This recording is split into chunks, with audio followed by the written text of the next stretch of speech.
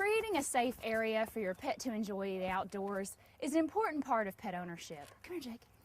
And at PetSafe, we make in-ground wired and wireless containment systems so that you can create a safe area for your pet. Now, training your pet to understand his containment area is an important part of the installation of your system. We've developed this video to help you understand how to best train your pet so that you can both enjoy the freedom that a PetSafe system provides. Come on. Whenever you're training your pet, it's important to be patient and consistent. Make training fun rather than stressful for your pet. Train your pet for 10 to 15 minutes at a time. Don't try to do too much too quickly. More frequent short sessions are better than less frequent longer sessions. You want your pet to make positive associations with the containment area, so make it fun. Give your pet lots of praise, treats, and have some playtime while you're going through your training.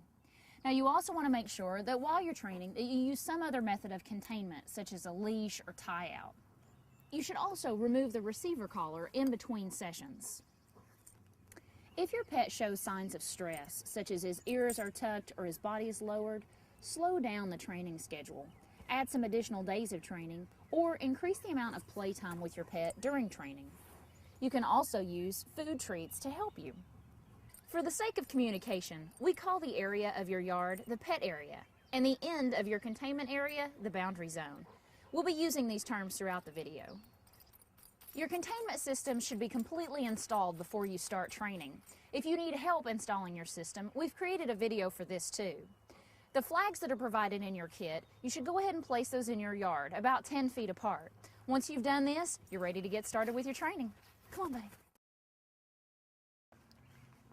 Sit. Okay, it's day one of training. Now, day one is about getting your pet familiar with the pet area and also getting them to make an association with the tone that your receiver collar makes and the pet area. Now, we're going to use this receiver collar to demonstrate. Yours could look a little different, but the concept of training will be the same. Now, we want to set this collar on level 1, which is the tone-only setting. Now, if your collar doesn't have a tone-only setting, you can still help your dog recognize the tone without getting a static correction by either holding the collar really close to their ear as you're getting them familiar with the area, or we also make a cover that will cover the contact points so that your pet can hear the tone, wear the collar, but not get a correction. Now, you also want to have a separate collar and leash on your pet that's not attached to the receiver collar. We don't want to put any pressure on these contact points against your pet's neck. You also want to have lots of treats handy, and before you start training, spend about 5 or 10 minutes just playing with your pet.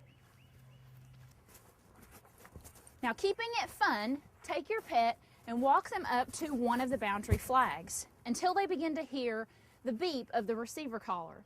Let them hear the beep for about 2 seconds, then pull them back. Offer them a treat and praise whenever they do return. It doesn't matter if you had to help them with the leash. You want to praise them anyway. Do this again and again, walking them up to the flag till they hear the beep. Oh, good boy, good boy. You want to try to get them familiar with about 3 flags on day 1.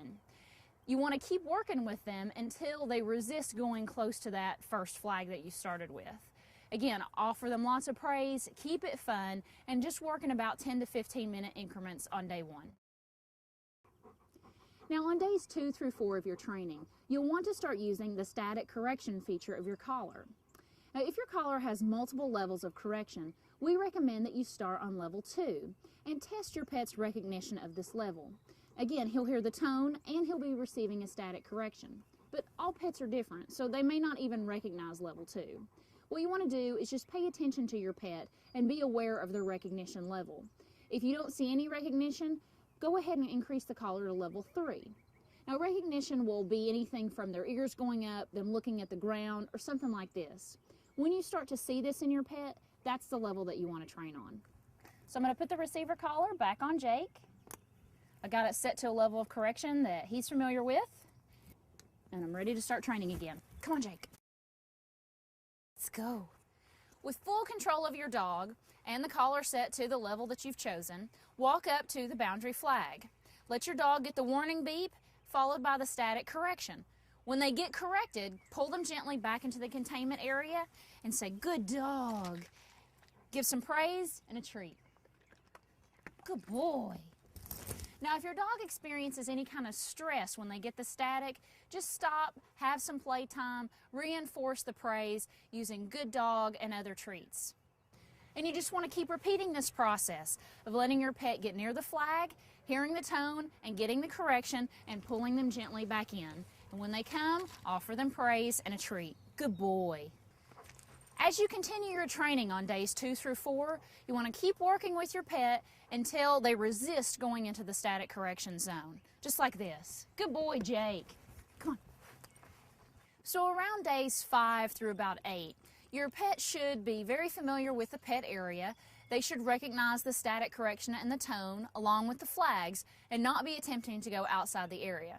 However, when they're in their yard, they're probably going to have some distractions. So you want to test and make sure that they aren't trying to go outside the boundary area when something is distracting them.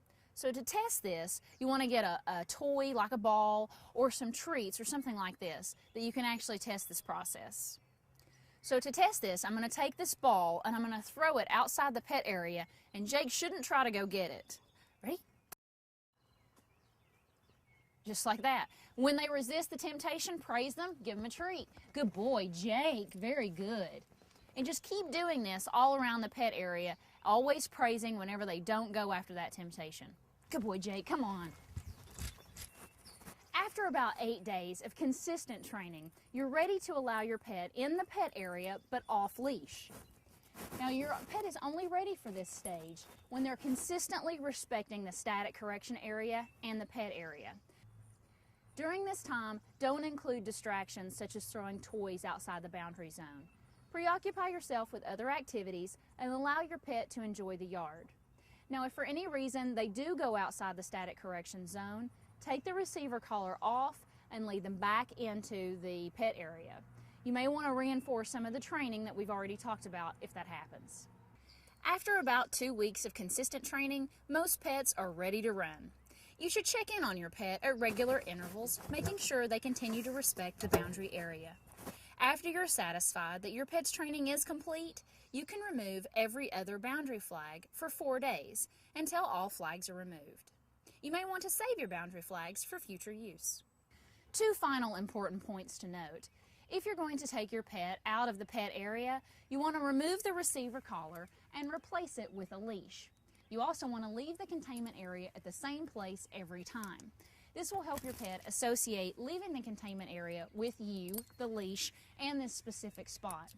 You may also have to give them a command such as okay or let's go to let them know it's all right to leave.